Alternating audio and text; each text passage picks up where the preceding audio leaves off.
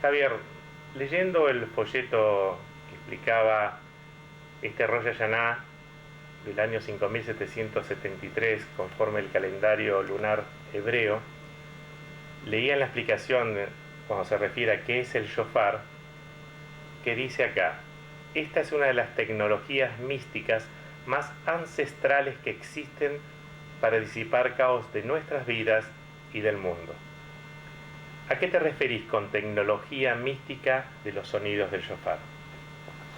Bien, sin entrar en mucho detalle de lo que es la historia del shofar, cuando aparece, ahí se hace una mención a 3.500 años, en realidad hace 3.400 años aproximadamente se empezó a utilizar con este fin místico de neutralizar caos o romper ciertas negatividades, que la primera vez que se tocó durante 40 días seguidos fue a partir del 1 de Elul hasta lo que hoy sería Yom Kippur.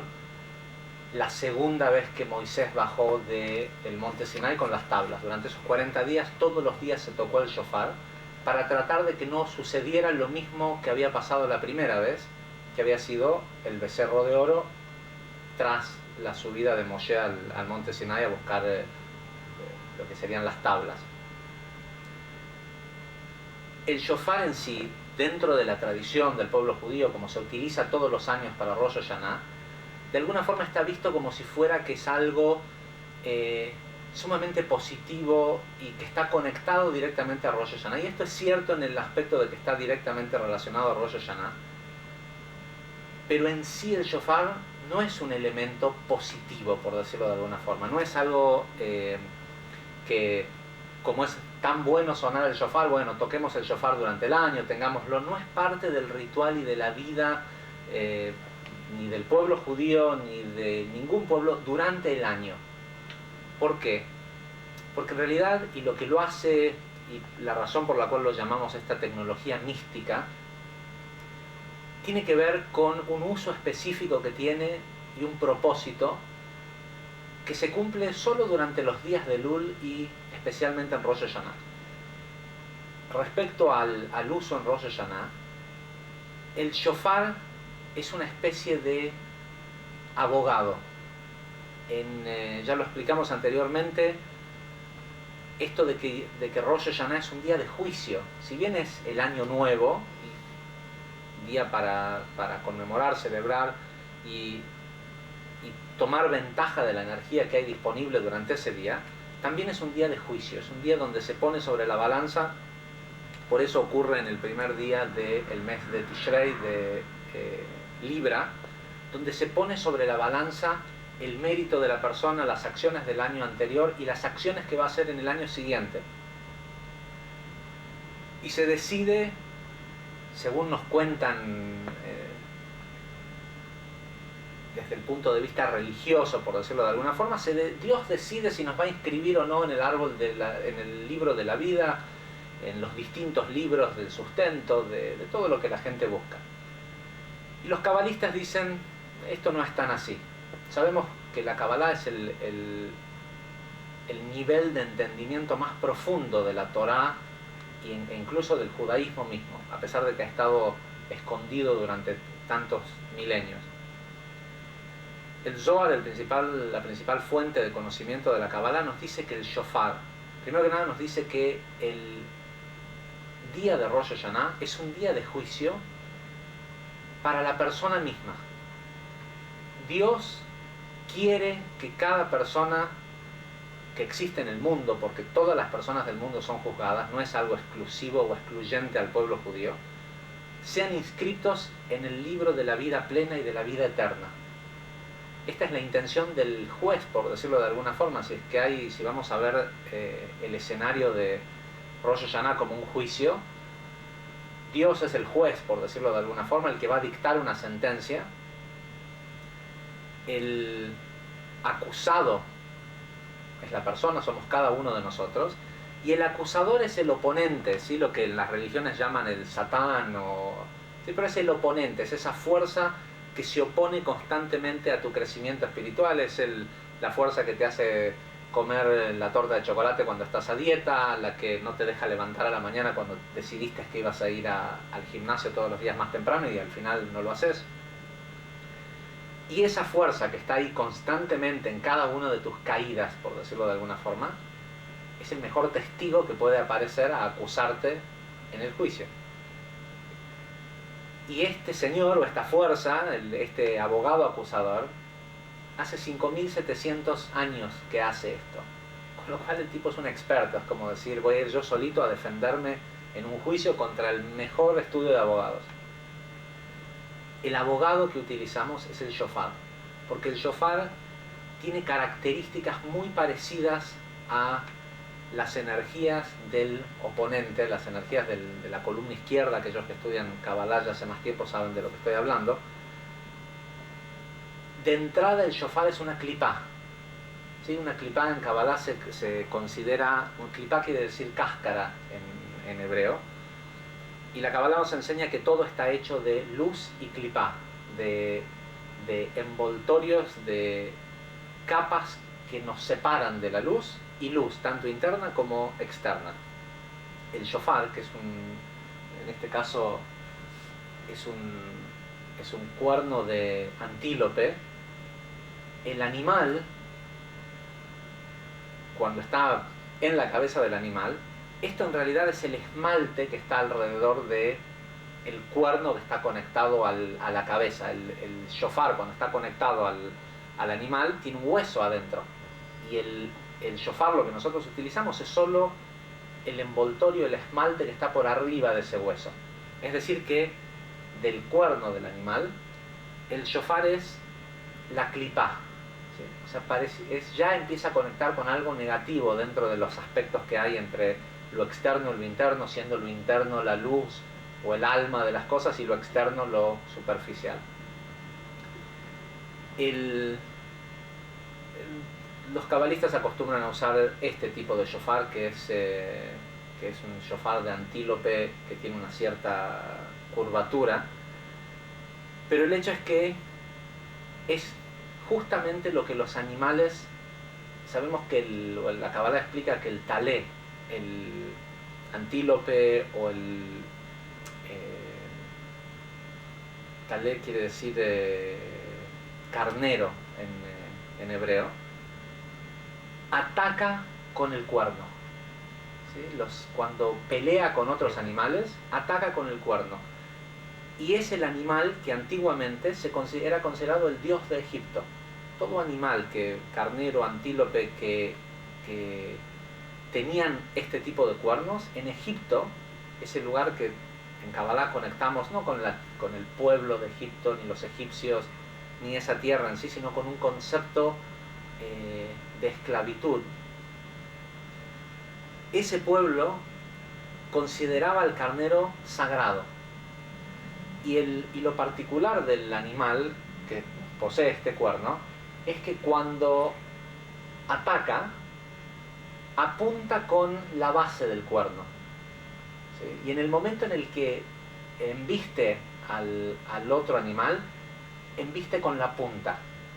O sea que el juicio, digamos, el lugar de donde empieza desde la cabeza, y en el momento de embestir apunta con esta punta. Nosotros hacemos algo, o sea que esta bestia, como dice el Zohar, que es esta fuerza oponente, ataca con la punta. Nosotros soplamos al revés, soplamos desde la punta, que es el lugar en donde termina embistiendo el animal, hacia el lado de atrás, hacia el lado que sería el que está conectado a la cabeza del animal.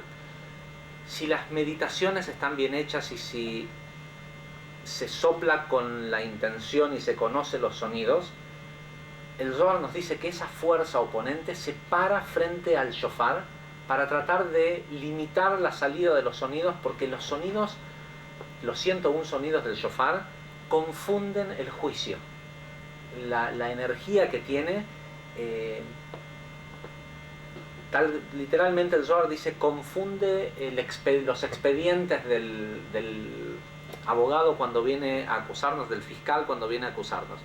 Entre las tecnologías o lo que hay que saber del shofar, La mayoría de los preceptos de lo que se hace durante todo el año tienen el propósito de conectar o de unificar el Yud-Kei Vav-Kei, este nombre sagrado del Creador, que corresponde a 4 niveles de energía, que son Jochma, Yud Jochma, Hei Binah, Vav Zeir Anpin y la Hei de Malhut. Esto es el mundo de emanación, el mundo de creación, el mundo de formación y nuestro mundo físico, ¿sí? Malhut, el mundo de las acciones.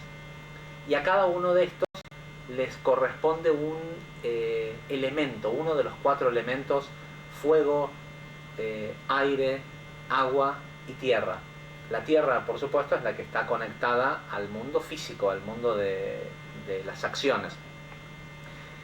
El sonido del shofar solo se hace con Yud-Kei Vav. ¿Sí? Solo es un elemento totalmente metafísico que utiliza solo 3 elementos, que son el fuego, el agua y el aire. El aire, por supuesto, es el soplido que sale por el cuerno. El agua es la saliva. Si los labios no están mojados, no se produce sonido porque es la vibración de los labios. Y el fuego es la intención o la intensidad con que la persona sopla. El propósito que tiene en cada uno de, tal como lo explica este folleto que entregamos miles este año, tratando de educar un poco que el shofar no es una tradición simplemente, sino que tiene un propósito específico. Cada uno de estos 101 sonidos rompe un nivel de negatividad de la persona. El propósito que tiene es corregir nuestra forma de pensar. ¿Por qué? Porque si entendemos que el Creador solo quiere que estemos inscritos en el libro de la vida y de la vida eterna, ¿para qué un juicio? ¿Para qué Rosh Hashanah? Si Él es todopoderoso, si es cierto que lo que el Zohar dice, que la intención del Creador es que estemos absolutamente conectados a Él y que tengamos vida plena y que tengamos todo, que estemos inscritos en todo, en todos los libros. ¿Para qué Rosh Hashanah? ¿Para qué es todo esto? ¿Para qué son los sonidos del shofar? Es para corregir nuestra forma de pensar. De hecho, las vibraciones del sonido del shofar corrigen nuestro libro de la vida. El libro de la vida supremo dice que estamos inscritos para una vida plena y de absoluta abundancia y satisfacción. El libro de la vida de nuestra mente no dice lo mismo. Y como este mundo funciona bajo leyes de reciprocidad, lo que sucede abajo también sucede arriba y viceversa. Si nuestra mente no coincide con el libro supremo de la vida, no recibimos el beneficio. El propósito del juicio de Rosh Hashanah, del despertar, pensar, hacernos creer que Dios nos está juzgando y que te pueden venir cosas malas o buenas dependiendo del juicio, es solo para llevar a la persona a una introspección de lo que hizo con su vida ese año y de decidir cambiar, de decidir empezar a pensar similar a la inscripción suprema. ¿Sí? Porque como no existe el tiempo, el espacio y el movimiento, Dios piensa de esa forma respecto a su creación. Antes del juicio, después del juicio, no hay tiempo. Lo que nos hace falta a nosotros es ajustar nuestra forma de pensar y sentir realmente que nos merecemos una vida plena. Según el calendario hebreo lunar, estamos en el año 5773. Para el calendario gregoriano, estamos en el año 2012 de la era cristiana, se le diría, ¿no? Este año 2012 es muy maniado, muy hablado, sobre todo por las cuestiones de las predicciones mayas y las profecías, como que algunos entienden como que era el fin de la humanidad o de la tierra o otros dicen que es un cambio de conciencia. Me gustaría también saber cómo podemos conectar estas cuestiones de la tecnología mística del shofar con este año que aparentemente sería especial. Este año es especial desde muchos puntos de vista.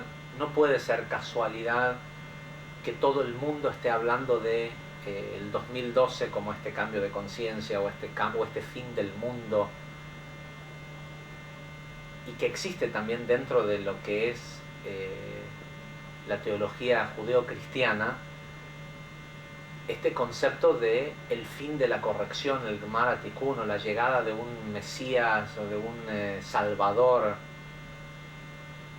Y la verdad es que hoy en día nuestra civilización tiene basado sobre el antiguo, la gran mayoría de los habitantes, por lo menos del western, del mundo occidental, basan sus creencias en este Antiguo Testamento, que habla de, primero, un mundo de tikkun, un mundo de corrección, que es este mundo en el que vivimos hoy, y también se conoce este concepto del Gmar HaTikun, el final de la corrección. Y respecto a este momento de profecías bíblicas sobre el fin de la corrección y la llegada de un Salvador, o como explican los cabalistas, de una conciencia, porque esta idea de Mesías dentro de la Kabbalah es considerado un estado de conciencia que la persona lo puede adquirir a nivel personal no en cualquier momento, o sea, requiere de un crecimiento espiritual, pero no está limitado a un tiempo. Y después hay una masa crítica de gente que tenga ese Mesías personal, ese nivel de conciencia, que va a generar que todo el mundo cambie y viva en un nuevo mundo, donde se acabe el mundo de la corrección y llegue un mundo de liberación absoluta, de conexión constante con solo las virtudes de esta creación. Respecto a ese momento,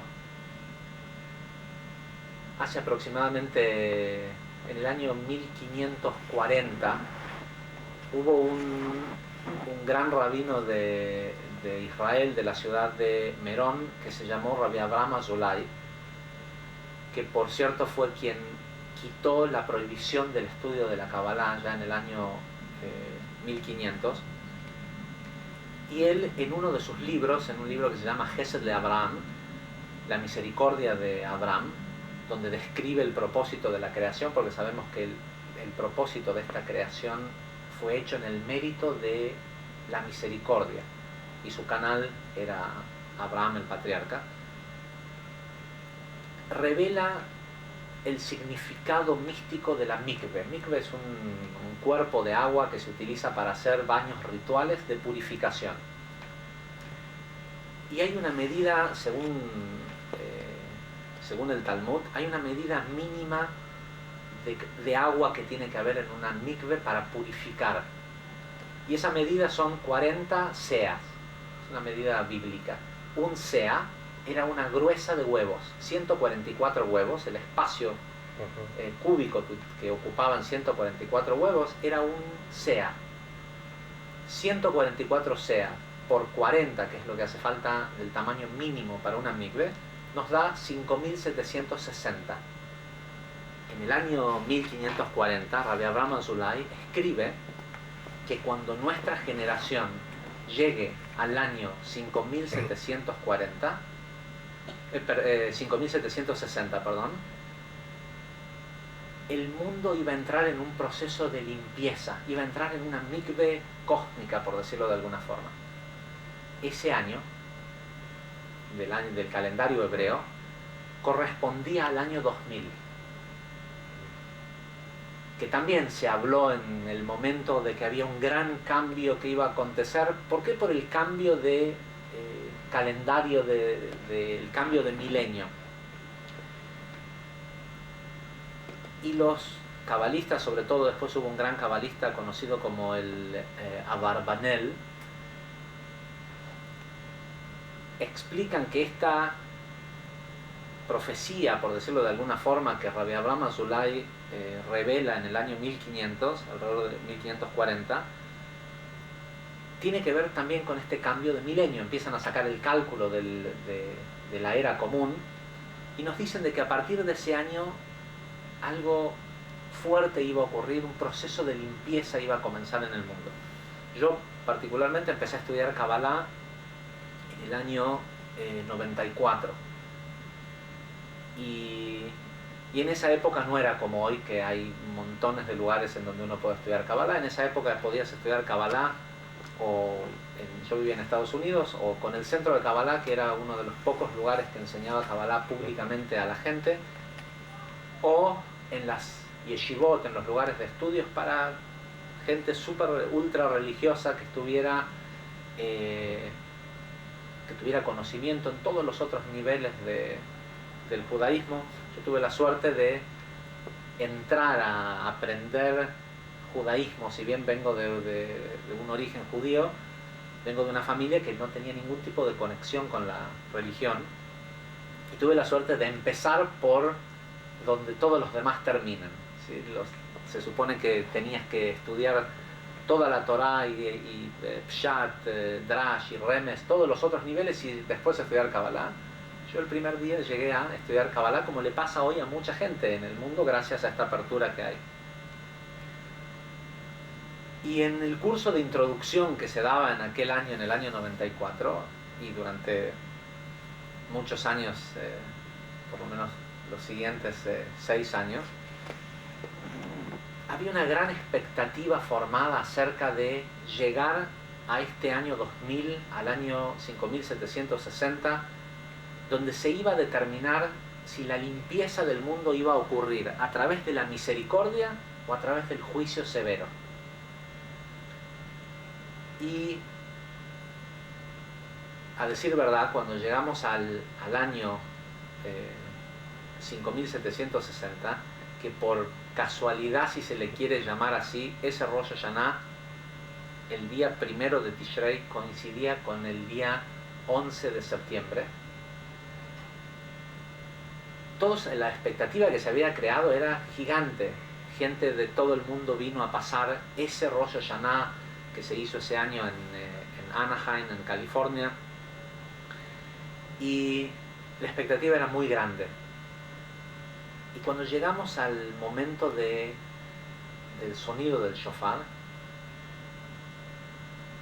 y ya lo habíamos experimentado los años anteriores, que el que en ese momento era mi maestro de Kabbalah, Shraga Berg, cuando llegaba el momento del shofar era una pelea, ¿sí? Para que saliera el sonido.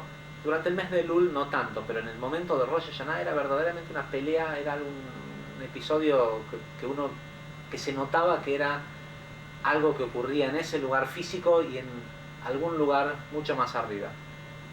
No fue hasta años más tarde que me tocó a mí estar solo y liderar un servicio de Rosh Hashanah y tocar el shofar, que me di cuenta lo que sucede en ese momento. El esfuerzo que hay que hacer para sacarle sonido al shofar en Rosh Hashanah, que durante los otros días sale muy fácil. La cosa es que ese año el Rab no pudo hacer sonar el shofar ni siquiera una sola vez. Hizo el esfuerzo, que eso causó, terminamos a las 5 de la tarde ese año. Eso causó que se creara un cierto nivel de unidad que nunca antes se había visto, porque el sonido no salía y estábamos todos abrazados empujando para que salga. Pero los sonidos finalmente que salieron los hicieron algunos de los dos hijos del Rav, pero no el Rav. El Rav no pudo hacer que en Rosh Hashanah el shofar sonara. De hecho terminó con la cara, el labio todo inflamado, con hielo. Y la verdad es que causó una gran incertidumbre. ¿Qué significaba que el shofar no hubiera sonado? O sea, que el Rav no hubiera podido hacer sonar el shofar. Estamos hablando 101 sonidos. Ni uno solo salió kosher, como se dice, del sonido del Rav. Y al final de ese Rosh Hashanah, en un tradicional speech, ¿cómo se dice speech? Discurso. En un tradicional discurso de cierre que el Rav siempre daba, el Rav se paró enfrente de las 2000 personas más o menos que estábamos ahí y dijo, miró a la gente y dijo, me quiero retirar. Y toda la gente empezó a reírse, fue una gran carcajada, era lo que menos se esperaba que el Rav dijera. Y el Rav lo repitió otra vez y dijo, me quiero retirar, I want to retire. Y ya la gente las risas bajaron y se prestó atención. Y el Rav dijo, ya no me necesitan más. ¿Cuántos somos hoy? Aquí, 1500, 2000 personas. Ya tienen las herramientas. Ya no me necesitan más. Si cada uno de nosotros sale hoy a enseñar lo que aprendieron, el trabajo que vinimos a hacer de cambiar el mundo, lo vamos a lograr. Yo era mucho más joven y mucho más idealista tal vez, y me lo tomé muy en serio. En ese momento siempre tuve, por la razón que sea, una relación muy cercana con quien fue mi maestro, mi primer maestro de Kabbalah. Y a los pocos días, en Yom Kippur, me acerqué a hablar con él y me dijo, la gente no me cree, pero es cierto, ya no me necesitan. Si cada quien sale a aplicar lo que aprendió y a enseñar lo que ya sabe, siempre hay alguien que está más abajo y que sabe menos y que puede aprender. Podemos cambiar el mundo. Y la verdad es que no sé qué fue lo que pasó, contra qué intereses eso iba, no sé bien qué fue lo que pasó, que eso no sucedió que el resto de la gente que estaba ahí, o que la institución con la que estaba en ese momento conectado todo esto, realmente saliera a generar un ejército de maestros de Kabbalah. De hecho, lo que el Rav me dijo ese día, me dijo, ¿querés saber cuál es mi sueño? Me dice, vos hablas español. Me dice, ¿sabías que es el idioma que más países del mundo hablan? Si bien no es el que más personas hablan, porque el chino es el que más... El chino mandarín es el que más habitantes del mundo hablan, pero el español es la mayor cantidad de países que tienen una lengua en común es el español. Me dice, ¿te imaginas si toda esa gente, todos esos chicos que están hoy en la calle, pudieran ser albergados en escuelas de Kabbalah y en lugar de estar en la calle mendigando, pidiendo, fueran instruidos para convertirse en un ejército de voluntarios? Dice, porque pensá que esos chicos, de donde están, todo es mejor. Si tienen que salir, enfrentar cualquier tipo de adversidad para enseñar esto al mundo, no difiere de la vida en donde están hoy. ¿Te imaginas si pudiéramos crear un ejército espiritual de maestros que salgan a enseñarle esto al mundo? Por alguna razón eso no sucedió, o por lo menos no sucedió en forma global. Yo ese año vendí mi empresa, decidí hacer ciertos cambios importantes en mi vida, y ese año siguiente fue la primera vez que vine a Argentina a enseñar Kabbalah. Mucha de la gente que hoy sigue tomando clases conmigo fueron alumnos míos en el año 2001 cuando vine a Argentina. El hecho es que el año 2000 transcurrió y no pasó nada. O sea, aparentemente no pasó nada en el mundo. Entonces esto que Rabbi Abraham Azulay había dicho que iba a suceder, parecía que nada había pasado.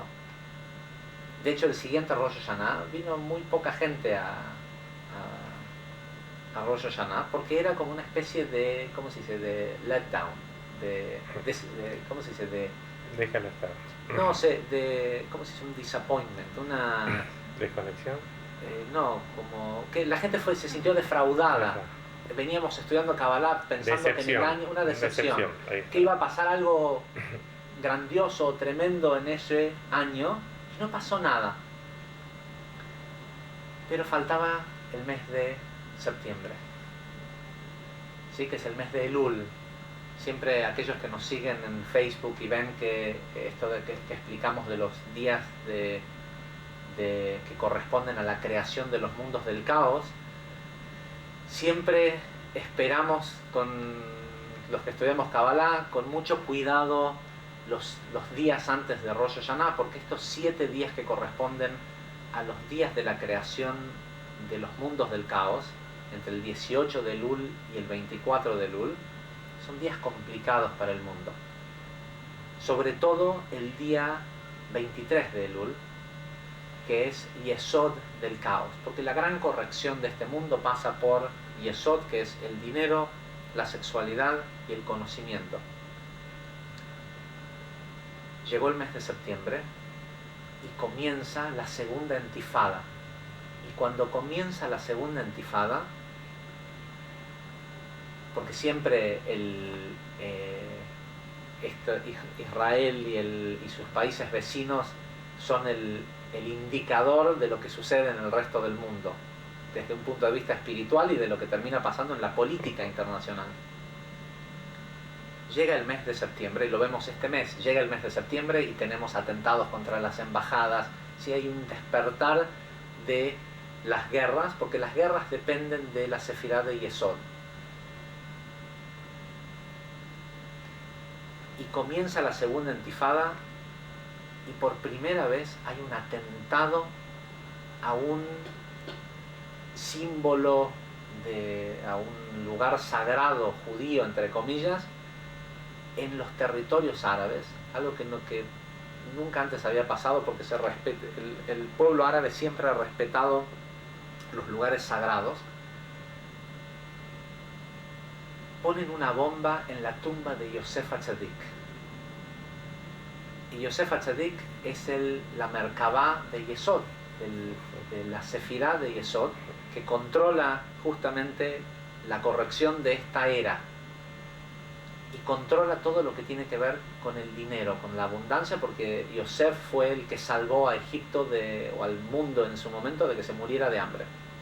Yo estuve el año pasado en la tumba de Yosef, y un policía palestino, a quien le habíamos dicho que no sabíamos qué era el lugar porque es peligroso decir que sos judío. De hecho está prohibido que ciudadanos israelíes o judíos vayan solos a la tumba de Yosef. Es prohibido, penado por ley dentro de Israel.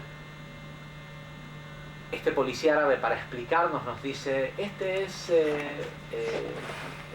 Yosef, el hijo de Jacob, dice, es el que salvó a todo el mundo árabe de morirse de hambre. O sea que es alguien que lo reconocen como un símbolo sagrado también para ellos.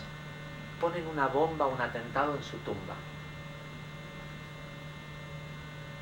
Y a pesar de que esto no trascendió entre las personas que dábamos clases de Kabbalah y que éramos más cercanos al Rab, sabíamos que esto no era una buena señal.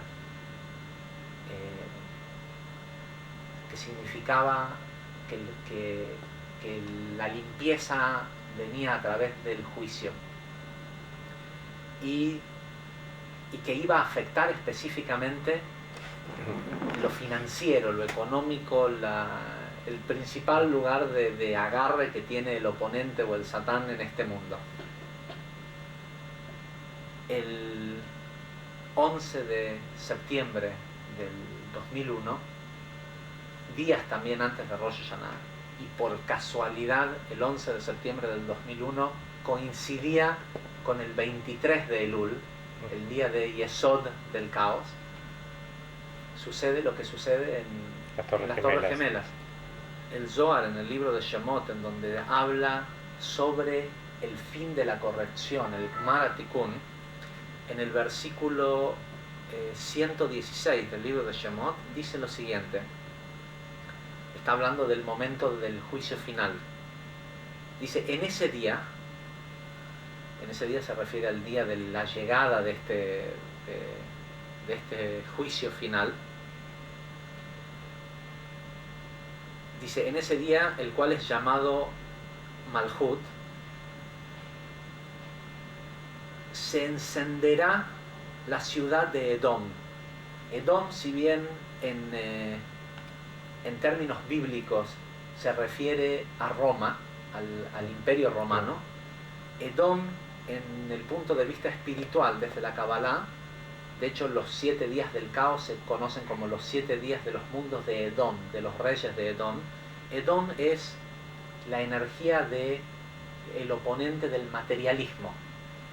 Y de lo que habla acá el Zohar es de la capital, de la gran ciudad del materialismo. Dice que es el secreto de Binah de la Klipá, es el secreto del lugar más metafísico, digamos, de lo negativo. Una gran llama de juicio se encenderá. Dice, un juicio de la izquierda. El sonido de ese juicio se escuchará en todo el mundo. Y el Rabbi Shimon dice que el sonido que se escuchará en todo el mundo es el sonido del gran shofar. Hay una profecía en Ezequiel que dice que cuando sea el momento del juicio final va a haber un estruendo del shofar, un sonido del shofar que se va a escuchar en todo el mundo. ¿Sí? Sabemos que lo que sucedió el 11 de septiembre del 2001, si hay un evento en la historia del mundo que se escuchó en todas partes, es este. Les recuerdo que esto que estoy leyendo está escrito en el Zohar, escrito en el año 76 de la era común, ¿sí? Hace 2000 años. Dice, el sonido, el estruendo de ese sonido se va a escuchar en todo el mundo, porque va a ser el atributo del juicio de Malhut. Dice, las torres se quemarán. Es increíble, está hablando de las torres supuestamente de la ciudad de Edom, sí. Pero en ese momento Roma no tenía, ¿qué edificios había, qué torres había en el mundo, hace 2000 años atrás? Dice, las torres se quemarán, y muchos lugares y muchas torres colapsarán, y muchos potentados y ministros caerán en ese día. Todos ellos, queriendo decir todos esos juicios, se juntarán para causar daño. Y la gente del mundo ya no estará segura. Desde el 2001 en adelante, el mundo cambió y afectó directamente a lo financiero, ¿sí? A lo que es conectado con Yesod, y a las guerras, que es la seguridad. De ahí comenzó la nueva intifada, los atentados, toda esta locura de las guerras. ¿Sí? Estados Unidos invadió Afganistán y dijo 11 días después que habían ganado la guerra, y todavía no termina. El Zohar continúa diciendo en el versículo 117 lo siguiente: desde ese día en adelante y durante 12 meses,